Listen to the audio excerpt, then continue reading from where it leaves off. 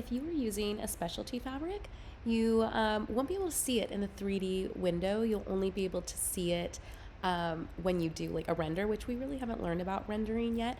But there is under render, there is this button that says quality render in the 3D window.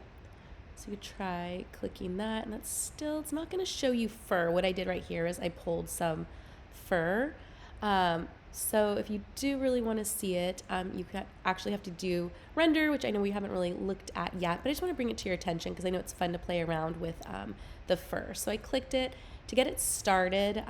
Rendering is a whole lesson, but I'll give you a quick little overview. You just click one time, and it's basically going to render what's here. It's going to try to make it as photoreal as possible. And this is where you're going to see like glass, certain plastic properties, in this case fur, just because it's too much for your computer to view in the working space. But if you were actually going to render this into a higher quality image, that this is where you would do it.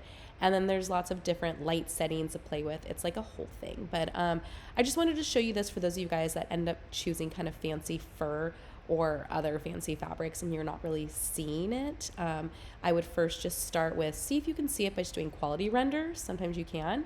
It'll show like shadows and more lighting. But if you still can't see it, you could just play around with the render and just wait till we like touch base with that guy later. So good luck and have fun.